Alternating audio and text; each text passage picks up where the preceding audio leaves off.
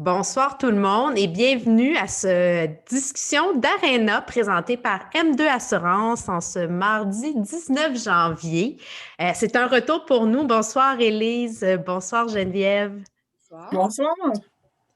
Écoutez, je suis très heureuse de commencer l'année 2021 en compagnie de ma comparse, de ma collègue Élise, mais aussi de Geneviève Paquette, celle qu'on dit la directrice générale de la Fondation du Canadien pour l'enfance, qui est aussi vice-présidente au niveau communautaire, engagement communautaire pour le Canadien de Montréal, donc le club de hockey. On va prendre quelques instants là, pour prendre de vos nouvelles avant d'embarquer dans le vif du sujet. Fait que n'oubliez pas, tout le long de notre rencontre, vous pouvez nous poser des questions, donnez-nous vos commentaires. Vous allez voir, Geneviève, disons qu'elle a beaucoup, beaucoup d'expérience avec ces joueurs de hockey et les petits et les grands joueurs, parce que, bon, quand on parle du Canadien de Montréal, on voit le CH, donc Club Hockey, mais on pourrait penser aussi club humain. Puis, bien, celle qui est en charge de l'humain, c'est Geneviève. Merci, bonne description. Élise, comment ça a été ton temps des fêtes? Toi, là, je pense que tu as été un peu plus active dehors. J'ai vu tes stories, j'ai vu tes choses. Tu t'es gardée occupée aussi, hein? J'ai fait des TikTok. Oui, je me suis gardée active. J'ai cuisiné beaucoup. On a pris l'air. Ça a fait du bien. Je pense que c'est la première année où j'ai fini le temps des fêtes. Je suis revenue au travail. Puis, je suis en forme. Je ne me sentais pas fatiguée. Je me sentais reposée. Fait que ça a vraiment fait du bien. Je pense que toi, de ton côté, Geneviève, on ne peut pas en dire autant. Ça a été quand même, as-tu pu avoir un peu de repos ou ça a été quand même à s'occuper avec le retour du hockey, mais... Bien, on a quand même pu passer du temps en famille avec notre petite bulle familiale, à jouer un peu dans la neige. La neige est arrivée un peu tard, là, mais quand même. Mais oui, c'est juste avant les fêtes, c'était l'annonce du retour du hockey. Alors, on était fébriles quand le calendrier sort. Il faut se mettre à tout planifier, même si cette année, il faut planifier différemment de ce qu'on fait habituellement. Là. Ça doit avoir un gros impact quand même pour la Fondation. Puis on va en parler de la Fondation, des programmes et tout ça. On va aller en détail. Mais oui, effectivement, j'aimerais prendre un moment. On était fébriles. J'aimerais ça qu'on parle du retour du hockey. Oui, tu sais, c'est bon, le Canadien a joué hier, très belle partie. Moi, je fais partie de celles qui sont restées jusqu'au bout. Je ne sais pas si ça a été le cas pour tout le monde à la maison, mais bon, le junior majeur qui revient en fin de semaine prochaine dans les bulles, on en voit sur les médias sociaux, le Midget 3A aussi qui a recommencé au niveau des bulles classes. Là, on s'entend qu'ils ne jouent pas au hockey. Ils n'ont pas des parties, mais ils peuvent s'entraîner dans les mêmes classes. On sent un petit renouveau, il y a un peu de baisse dans les cas. Enfin, on a espoir. Oui, oui, tout à fait. On a espoir. Puis c'est sûr que pour la Fondation, la pandémie, c'est un coup dur. Puis on n'a pas fini encore d'en voir les effets. Dans le fond, tout a arrêté. Tu as accueilli France-Margaret Bélanger là, cet automne. Puis le 12 mars, on devait avoir un match. Tout a arrêté, bien, l'ensemble de l'entreprise.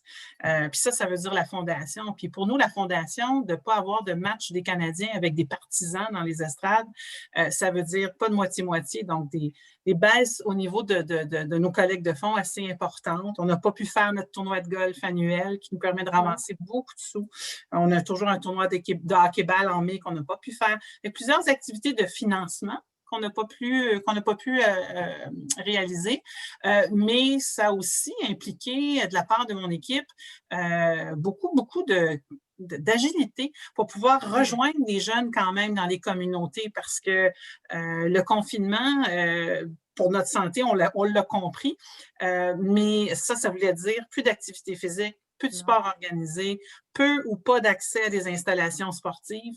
Puis quand on connaît tous les bienfaits que le sport a pour nos jeunes, que ce soit au niveau de leur santé physique, santé mentale, développement de leurs habiletés sociales, l'esprit d'équipe, la confiance en soi, je peux dire que pour nous, c'était important de trouver des solutions pour pouvoir continuer d'être présent pour eux. Là.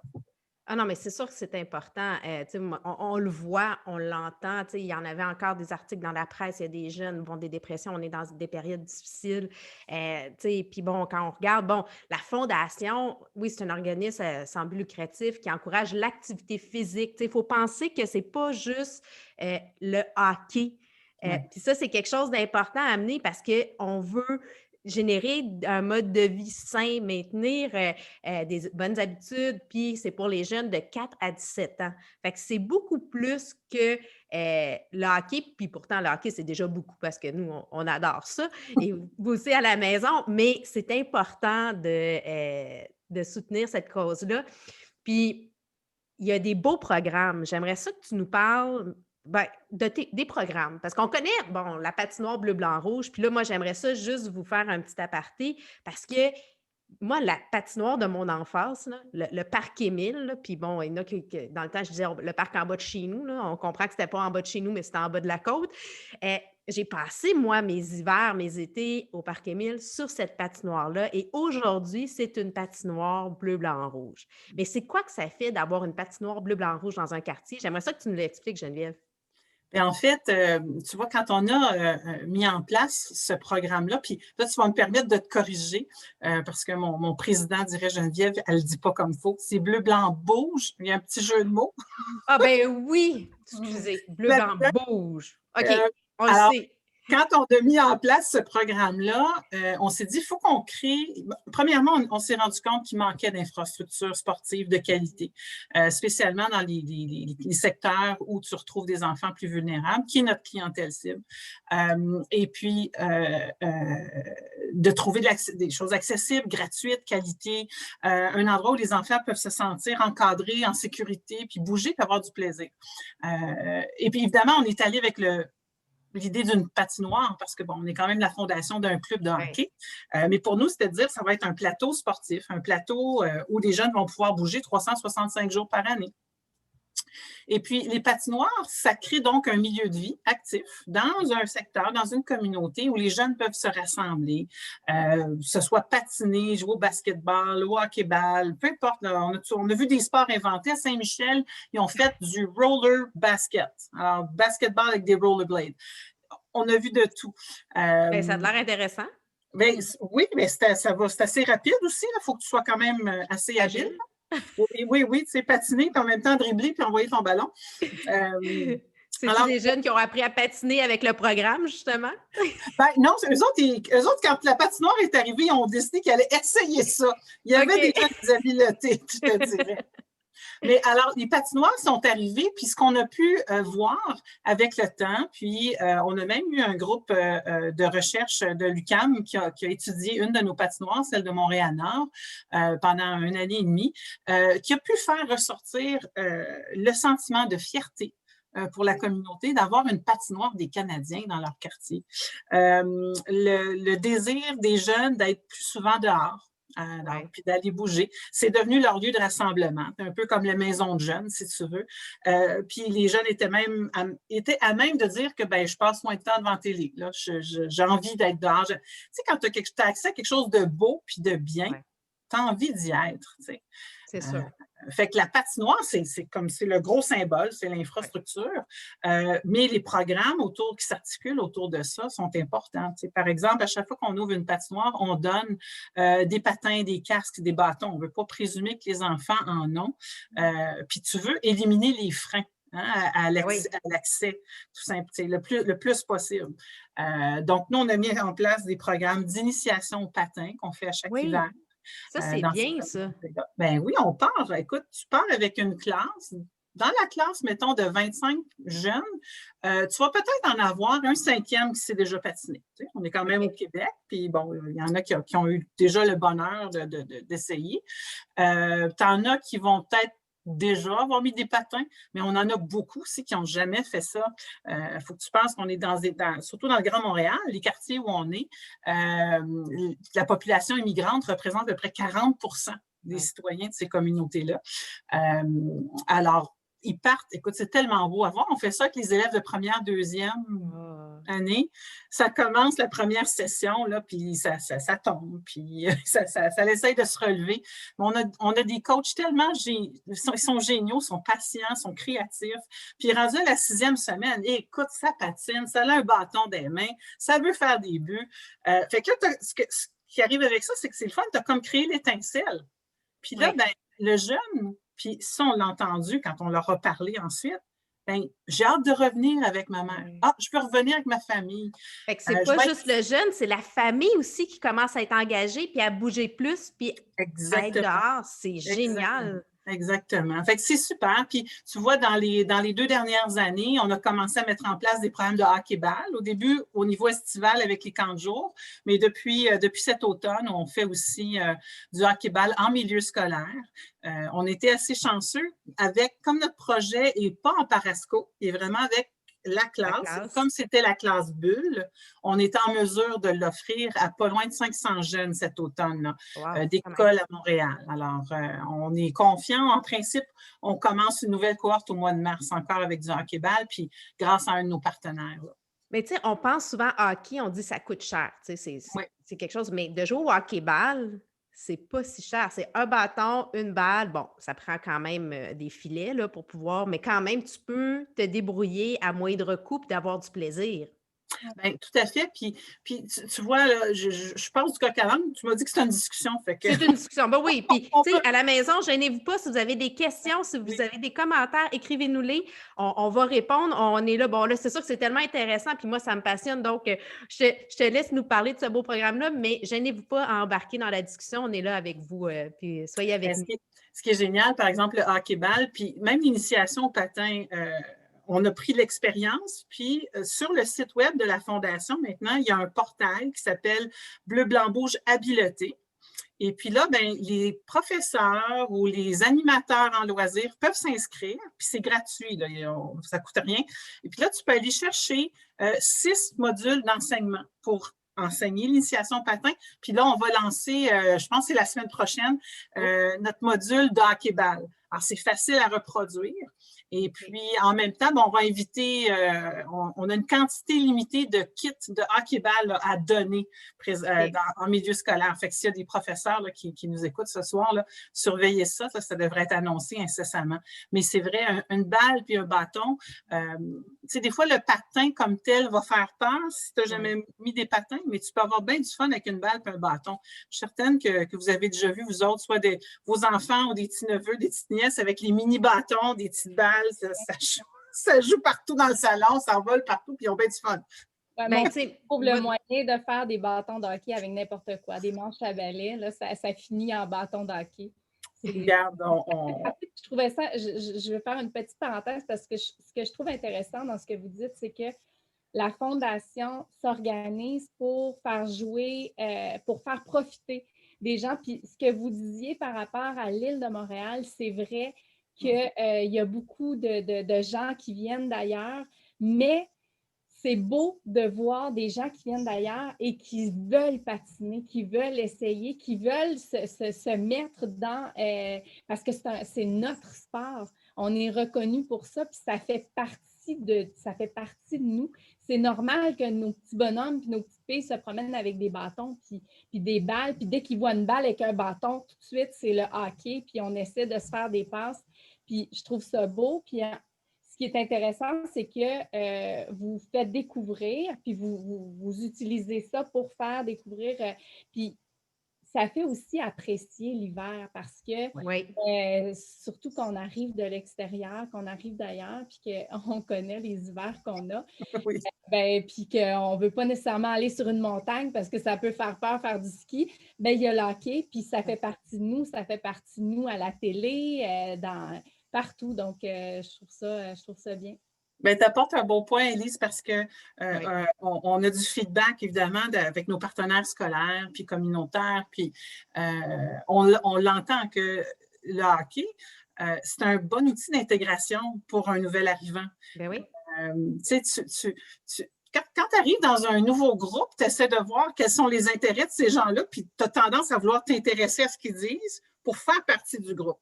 Bien là, si tu arrives dans un groupe puis que là, tout le monde parle du match du Canadien de la veille, bien, tu vas peut-être essayer de t'intéresser puis suivre un petit peu plus. Puis, ce que je vais toujours m'en souvenir, je pense que ça fait à peu près 2 ans, je travaillais au Mille La Gauchetière avant.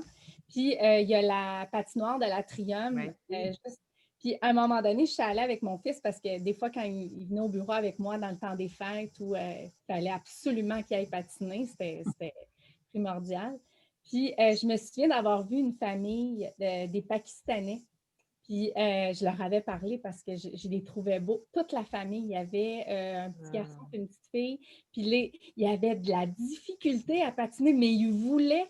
Puis, c'était tellement beau à voir. Ils s'étaient loués des patins, puis ils persévéraient. Puis, c'était vraiment cute. Puis, ça me fait prendre conscience. Je me suis dit, ça fait partie de nous. Puis, ils sont fiers. Ils étaient fiers de mettre des patins puis de patiner. Ah, tout à fait. Puis, tu sais, moi, je n'ai pas joué au hockey. Là. Je ne viens pas d'une famille de hockey. Mais c'est une des belles façons de profiter de l'hiver au Québec que de patiner. Puis, pour monsieur, madame, tout le monde, il y a de plus en plus d'opportunités. Si on voit maintenant là, les endroits qui font des sentiers glacés à pu finir, ça mesure 4-5 kilomètres. Toutes les patinoires municipales, nos patinoires à nous. Les gens se font des patinoires dans leur cours, encore plus cette année avec la pandémie. C'est pas compliqué, tu sais, puis c'est une belle façon de bouger, de ne pas rester enfermé dans notre maison parce qu'on trouve qu'il fait froid, tu sais. Puis c'est plaisant. Il y a un aspect de plaisir aussi dans le patin puis dans le hockey qui est super important puis qui parle aux jeunes. Ça parle beaucoup aux enfants. Ben, tu sais, moi, cette année, on était dans le Nord, puis on s'est fait une patinoire sur l'étang. Puis moi, j'ai rechaussé des patins après 10 ans. Moi qui ai été dans le patinage artistique, qui a toujours patiné à tous les jours quand j'étais plus jeune, au patin libre, à l'aréna et tout et tout. Puis c'est vrai que cette année, ça nous a amené à faire ça. On s'est dit, OK, on fait nos patinoires, la situation nous obligeait à dire, OK, comment je me désennuie? Puis on y va. Puis tu sais, on a aussi Catherine qui s'est faite une patinoire, puis elle a des chemins derrière chez elle. Puis on le voit, puis on l'échange, puis c'est beau. Fait que c'est le fun. Il y a le hockey, il y a le patin, il y a de bouger, il y a plein de choses.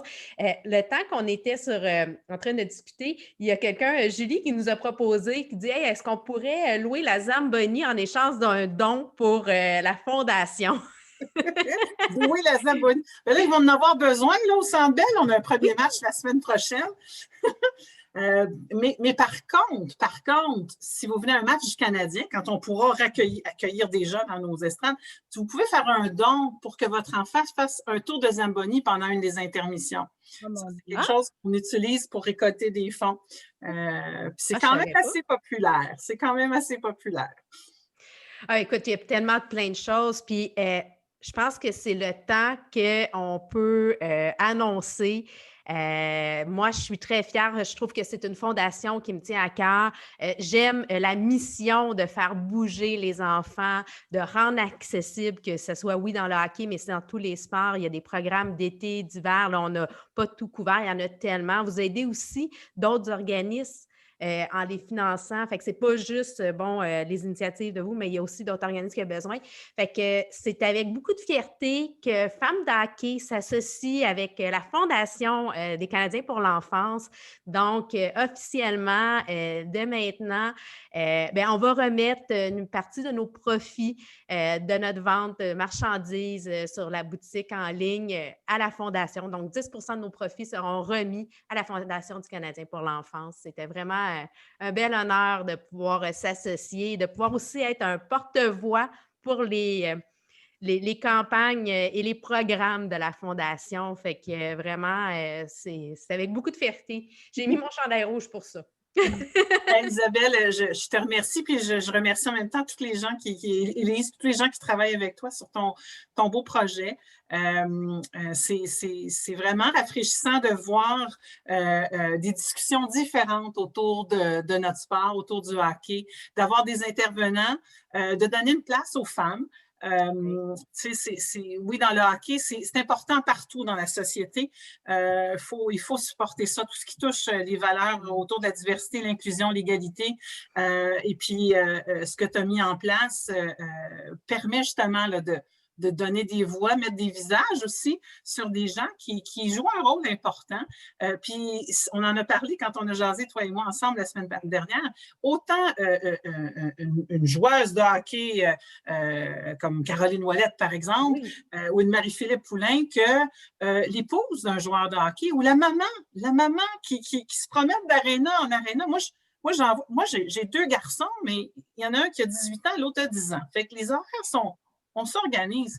Mais j'en vois des fois dans des tournois, là, il y en a 3 garçons en même temps, puis il y en a un qui joue à Chambly, l'autre est à Sorel, puis tu sais, c'est un casse-tête familial quand même particulier, mais elles sont dédiées, sont dévouées. Le papa est impliqué aussi, évidemment, on ne veut pas mettre les papas de côté, mais c'est le fun de voir à quel point les femmes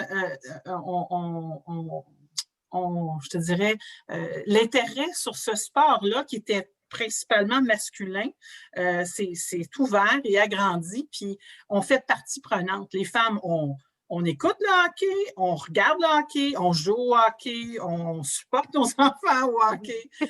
On peut critiquer le hockey, on a nos idées, nos opinions. Moi, je trouve ça génial.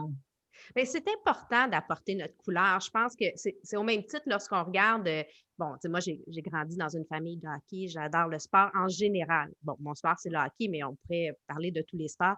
Et oui, il faut donner la place, faut accepter les différences. Quand on regarde une analyse de hockey, que ce soit un ancien gardien de but versus un ancien entraîneur ou une joueuse ou versus un arbitre, ils vont voir des choses différentes. Fait que c'est sûr que d'avoir un portrait coloré différent, c'est rafraîchissant, ça fait du bien. On le voit là, dans les médias sportifs. Il y a eu des belles acquisitions. Je pense entre autres à Mélodie Daou pour TVA Sport ou Chantal Maccabi, ben pas Chantal Maccabi, c'est pas longtemps que là, je voulais dire Manon Réaume et Kim Saint-Pierre qui se joignent à l'équipe. C'est rafraîchissant, c'est bien. Puis ben moi, ce que j'aime avec Femmes de hockey, c'est parler de hockey, oui, de la Ligue nationale, mais c'est de MAG 1, l'initiation à la Ligue de Bédène, parce que le hockey, c'est plus que du hockey. Tu sais, quand je te présentais tantôt comme le CH, le club humain, puis on va revenir un peu plus sur toi là-dessus, bien, le hockey, c'est ça. C'est tout, on fait partie d'un clan, tu sais, on fait partie d'une famille. Lorsqu'on se retrouve, le hockey, ça ne joue pas que sur la patinoire, c'est dans nos vies, à tous, tu sais. Puis à différents niveaux, tu sais, bon, Élise, tu l'as vécu en étant jeune, là, tu as ton fils qui recommence. Bon, Geneviève, c'est ça, tu as tes 2 enfants. Moi, bon, avec mes neveux, avec puis ma passion, on y arrive. Puis vous aussi, à la maison, c'est comme ça. Fait que, tu sais, je pense que de pouvoir s'associer à une organisation comme ça, comme la Fondation du Canadien pour l'enfance, c'est un vrai privilège. Je me sens choyée que vous acceptiez d'embarquer avec moi puis qu'on soit... on va faire des belles choses ensemble, je pense. En tout cas, on l'apprécie beaucoup. Un grand, grand merci d'avoir pensé à nous. Il y a plein de belles causes. Hein? Alors, on apprécie que ton regard se soit tourné vers nous. Vraiment, merci. Les gens sont contents, en tout cas. Oui? Ben, tant mieux, tant mieux. Parce que il y a beaucoup à faire, il ne faut pas lâcher. Puis c'est drôle parce que tu parlais autant du MAG 1 jusqu'au hockey Bédène. Puis j'ai drôle parce que j'ai une pensée pour les familles des joueurs, des enfants qui jouent au hockey. Il y a le côté du sport, notre jeune, on veut qu'il bouge, mais je suis certaine que ça doit vous manquer de ne pas être à l'aréna, jaser avec un autre parent, dans les estrades, en prenant votre café. Il y a tout ce côté-là. C'est social. C'est très rassembleur, le hockey. Ça rapproche les gens de façon extraordinaire. Moi, j'ai fait du sport dans ma jeunesse, mais c'était un sport individuel. Puis quand j'ai eu mon premier fils, puis qu'on a commencé à être dans l'environnement du hockey mineur, j'ai découvert quelque chose de complètement différent, puis d'extraordinaire. Tu sais, le hockey mineur au Québec, là, ça vit avec du bénévolat. C'est des gens qui donnent de leur temps, leur énergie, leurs idées pour justement que le système puisse fonctionner puis que les jeunes puissent apprendre puis jouer. Ça, je pense que c'est quelque chose de super important, il ne faut pas l'oublier. Puis avec la pandémie présentement, ça manque. Puis ça va laisser une marque aussi. Oui, on pense à tous ces jeunes-là, c'est sûr là, qu'il va avoir un impact. Mais tu sais, au Québec, c'est plus de 20 000 bénévoles pour le hockey mineur. Ouais. C'est pas rien, là. Puis, tu sais, quand on pense au calendrier, le social, ça devient la famille, ça devient, tu sais, les gens se soutiennent, s'entraident. Puis pour moi, c'est très physique parce que de regarder une partie de hockey, je bouge beaucoup. Fait que... C'est mon exercice aussi.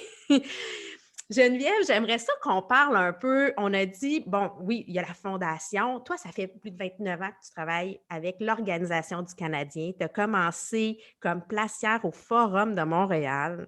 Oui. Tu as fait ton chemin à travers l'organisation. Tu sais, quand je regarde, bon, tu as rejoint les communications en 98, tu as participé à la création de la fondation. Fait que toi, dès les débuts, tu étais dans le cadre. Bon, tu es devenue directrice exécutive en 2008. Bon, tu as continué en 2018. Tu as été nommée vice-présidente engagement communautaire, stratégie philanthropique et développement communautaire. Mais tu es aussi impliquée sur le comité aviseur en impact social, croissance du sport et affaires législatives de la Ligue nationale de hockey. Fait que c'est au-delà du club. Tu es aussi dans la Ligue nationale, tu as un impact. Tu es impliqué à la tablée des chefs, de conseil. Écoute, tu étais vraiment partout. Et j'aimerais, c'est fou, là. Bon, tu es une ancienne nageuse, tu as tes deux garçons aussi. Toi, le don de soi, la générosité, ça fait partie de ta personnalité. Bien, ça fait partie de mes valeurs, puis je vais donner énormément de crédit à ma mère.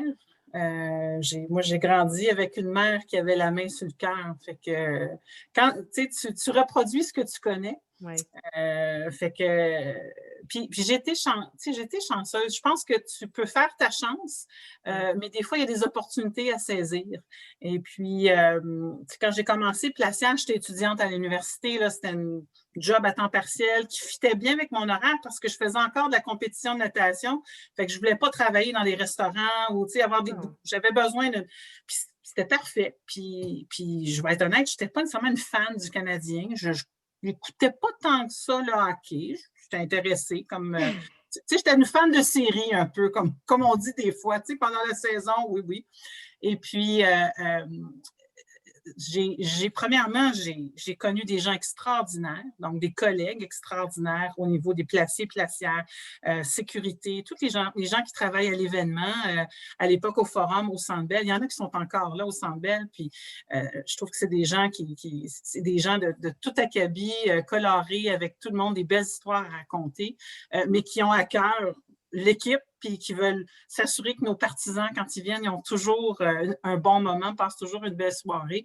Puis j'ai pu grandir parce que il y a eu des opportunités qui sont présentées à moi, par exemple, quand on fermait le Forum de Montréal, la dernière année d'existence du Forum, comme je disais tantôt, j'étais placière, puis on faisait des visites guidées. Mais là, c'est parce que là, il y a plein de monde qui voulait le voir avant que ça ferme. Fait que quand j'ai fini mes études, ben, j'ai comme fait ça à temps plein, le temps de me trouver une job à temps plein. Je disais, regarde, ça me permettait de gagner quand même des sous intéressants, puis c'était le fun. J'aimais le contact avec les gens, avec l'humain, les gens qui racontaient leurs histoires, puis j'ai fait ça pendant un bout de temps. Puis quand on a quitté le Forum pour aller au centre Molson à l'époque, quand j'ai vu mon patron, à un moment, j'ai dit, écoute, il faudrait faire des visites du centre Molson. C'est tout neuf, les gens vont vouloir voir ça. Ouais. D'ailleurs, on avait fait une journée porte ouverte, puis je pense qu'il y a pas loin de 120 000 personnes qui s'étaient présentées cette journée-là. 120 000 personnes? Écoute, ça a commencé tôt le matin. Il y avait 2-3 heures d'attente dehors pour rentrer. Les gens faisaient une file, puis c'était une journée qui a duré, je pense, plus que 24 heures. Alors, j'ai eu la chance de mettre en place un programme de visite guidée du Centre Molson à l'époque. Puis là, ben, tu sais, comme tu connais, moi, je connaissais le building de fond en comble. Des fois, je donnais un coup de main à M. Corré, qui était président à l'époque, parce qu'il y avait des gens de d'autres arénas de la Ligue qui venaient et qui voulaient visiter. Fait que M. Corré, Geneviève, peux-tu nous accompagner? Je veux m'assurer qu'on puisse tout voir. J'avais les clés puis tout. Alors, tu sais, Puis là, ben, j'ai pu côtoyer des gens, plus du côté administration, du côté événementiel. À l'époque, le côté plus événement puis entertainment, c'était Aldo Giampaolo qui était là. Et puis, Aldo était très bon pour nous permettre, nous les plus jeunes, de mettre nos mains dans la pâte. Puis là, il y avait des événements. Donc, il faut rajouter des visites là-dedans. Fait que je me suis mis à toucher un petit peu toutes sortes de choses. Et puis, j'étais physiquement, mon bureau était dans la billetterie près des gens des ventes. Fait que j'ai pu aussi côtoyer tous ces gens-là, comprendre de toute la structure derrière la vente de billets de saison, les forfaits de groupe. Ça m'a amené à voyager un petit peu pour aller voir les visites guidées ailleurs, mais j'avais un comparse qui était aux ventes de groupe qui m'accompagnait pour aller chercher du benchmark. Puis là, tu rencontres des gens dans d'autres équipes de la Ligue nationale, tu commences à faire tes contacts. Fait que tu en as rencontré, toi, des gens, là, des joueurs, Beaucoup des de monde. familles. Dans Oui. le fond, avec ton parcours aussi, tu as amené à préparer les joueurs lorsqu'ils viennent le temps d'être dans la communauté. Parce que, Oui. après Oui. ça, c'est là que tu as embarqué à la prochaine étape. C'est ça, parce qu'à ce moment-là, là est arrivée la vente. Là, en fait, c'est l'arrivée de Pierre Boivin, OK. qui a été nommé en 99 le président du Club de hockey canadien. Et puis, c'est Pierre qui a poussé, ou je te dirais, fondé la Fondation des Canadiens. OK. C'est à son initiative. Puis quand Pierre est arrivé, puis il s'est mis à parler un langage, oui, d'affaires, mais aussi de rapprochement avec la communauté. Moi, ça m'a parlé. Et puis, j'ai comme levé la main quand j'ai entendu dire qu'on va mettre en place peut-être une structure pour s'organiser. Tu sais, le Canadien a toujours été généreux dans la communauté. Toujours. Maurice Richard, Jean Béliveau, ça allait visiter les enfants dans les hôpitaux. Ça existait déjà. Mais avec l'arrivée de Pierre, la création de la Fondation, on a comme structuré, je te dirais, un peu mieux nos actions dans la communauté pour s'assurer qu'on aurait un impact réel, qu'on pouvait mesurer, puis évaluer. Bon, ben, ça vaut la peine, on va là, ça, on va-tu vraiment faire une différence? Ben, peut-être pas, on va dire non à ceci, mais on va aller vers d'autres choses. Alors, et à ce moment-là, ben là, j'ai commencé à travailler un petit peu plus près de l'équipe, donc des joueurs, des anciens joueurs. Oui, c'est vrai, tu as aussi les anciens joueurs, les les ambassadeurs, anciens, Fait que, dans le fond, les c'est Geneviève conjoints. qui gère. Tu sais, quand je disais le CHH pour humain, là, c'est Geneviève qui s'occupe de tout ça. Puis, ils ont beaucoup d'impact encore aujourd'hui. Puis, tu sais, Oui. on parlait avec Mme Béliveau qu'on a reçue justement avant les fêtes. Puis, elle disait, à l'époque, elle n'était pas impliquée. Mais aujourd'hui, quand on regarde les femmes des joueurs, sont beaucoup plus impliquées pour la Fondation ou même encore pour des actions communautaires avec les joueurs, là. Tout à fait, tout à fait. Puis, tu sais, c'est l'évolution aussi parce que je te dirais que maintenant, quand on a un jeune, une recrue qui arrive, souvent dans son parcours, ben, il y en aura déjà fait de l'action communautaire. On les voit, les jeunes, dans le midget 3A qui font des collectes de denrées. On le voit dans le junior majeur quand ils soulignent des événements particuliers. Puis ça se fait au Québec, mais ça se fait en Ontario, ça se fait dans la Ligue de l'Ouest, ça se fait aux États-Unis. C'est comme si là, le côté d'implication, ton rôle social en tant qu'athlète, fait aussi partie de ton développement de sportif. Les clubs dans les ligues mineures, juniors ou 3A et tout ça, eux aussi ont développé un modèle qui permet aux joueurs d'être plus que juste un joueur de hockey. De tout de suite comprendre dans son cheminement que, regarde, d'abord et avant tout, tu es un athlète, là, puis avec tout ce que ça implique, mais maintenant, tu es à l'avant-scène. Alors, tu as une influence. Tu as une influence, tu as un rôle à jouer d'ambassadeur d'un sport qui est bon, qui est sain et qui est plaisant. Fait que c'est drôle de voir l'évolution parce que tu ne sentais pas ça, mettons, en 2000. Maintenant, en 2020, moi, je vois une différence. Là, mais les joueurs du Canadien ont fait toute la différence aussi. Là. Je veux dire, c'est des modèles pour les jeunes, puis ils le voient. Piquet Souban, ça fait comme au grand jour, il donnait, il s'impliquait. Les jeunes voyaient ça, c'est un modèle. Donc, ça fait partie. Ils se disent, j'ai un rôle à jouer. Oui, j'ai un rôle à jouer en tant qu'hockeyeur, en tant qu'athlète, mais aussi dans la société. Puis je pense que ça reflète énormément l'influence que ça a sur les jeunes. Tout à fait. Puis l'arrivée, justement, des médias sociaux a changé la donne. Parce que, là, ici, on parle de Piquet Souban, on pourrait parler de Max Domi, on pourrait parler de Charity, Thomas Tatar. Ils ont tous contribué à leur faire. Avec Carey Price. Carey Price, tu sais, ils peuvent maintenant amplifier un message. Quand ils ont une cause qui leur tient à cœur, Ouais. s'ils le souhaitent, évidemment, parce qu'ils ne sont pas obligés. Moi, j'ai des joueurs extraordinaires. Chez Weber est extraordinaire. Chez Weber, depuis qu'il est arrivé à Montréal, il fait un don significatif à chaque année à la Fondation pour Ah qu'on ouais, puisse hein? inviter des enfants dans une loge à tous les matchs. Mais Chez n'est pas sur les réseaux sociaux. Non, on le Puis sait pour pas, lui, ça. non. Puis pour lui, c'est pas quelque chose d'essentiel. Puis c'est correct. Tu sais, la philanthropie, la charité, le don de soi, le don pour les autres, c'est très personnel. Hein? Ouais. À chacun sa façon de le dire. Puis il n'y a pas de bonne ou de mauvaise réponse. Ah, lui, il en parle trop de ce qu'il fait. Ah, lui, il n'en parle pas, il devrait. C'est personnel. Tu sais, tu ne demandes pas à un président d'entreprise qui fait des dons, il n'est pas obligé de le dire. C'est à lui, c'est un don personnel. Je le fais parce que je veux faire une différence. Mais ceux qui en parlent, ils le font aussi parce qu'ils veulent faire une différence. Mais dans certains cas, ils sont conscients que Ça va influencer d'autres à le faire et voilà. d'embarquer. Exactement. Je me souviens quand Alex Kovalev avait décidé de faire un programme de loge avec nous, il l'a fait pendant la durée de son contrat, pendant 5 ans. Puis là, on lui avait dit, ah ben écoute, on va faire un petit événement de lancement, on va inviter des enfants, tu vas pouvoir les rencontrer, Ouais. puis on va faire un photo-op avec des médias. Puis là, il m'a regardé et puis dit, pas besoin de ça. Puis là, j'ai dit, ben écoute, j'ai dit, c'est parce que ça va nous permettre de montrer aux organismes que le programme est disponible. Puis là, il fait, ah, ben oui, tu as bien raison. OK, parfait. Mais tu sais, parce qu'il disait, moi, je n'ai pas besoin de me faire féliciter pour ça. Ben, je dis, c'est pas pour ça qu'on va le faire. Tu sais, quand le Canadien va visiter les hôpitaux Oui. à Noël, on s'en va voir les enfants parce qu'on veut passer du bon temps avec les enfants. Mais bon, on est le Canadien de Montréal. Les médias vont suivre. Puis c'est correct, c'est le fun, puis c'est beau, c'est du beau contenu. Puis tu veux parler des belles choses que nos joueurs puis notre organisation ont fait. Et Puis, ça amène aussi de la lumière sur la Fondation d'Hôpital Sainte-Justine, exactement, que ce sur les soit le besoins, sur la souffrance de ces enfants-là, puis ça voilà, nous ouvre les yeux aussi. voilà. Fait que, tu sais, autant le joueur individuellement que le club dans ses Ouais. actions, on peut avoir une portée, on peut avoir une voix.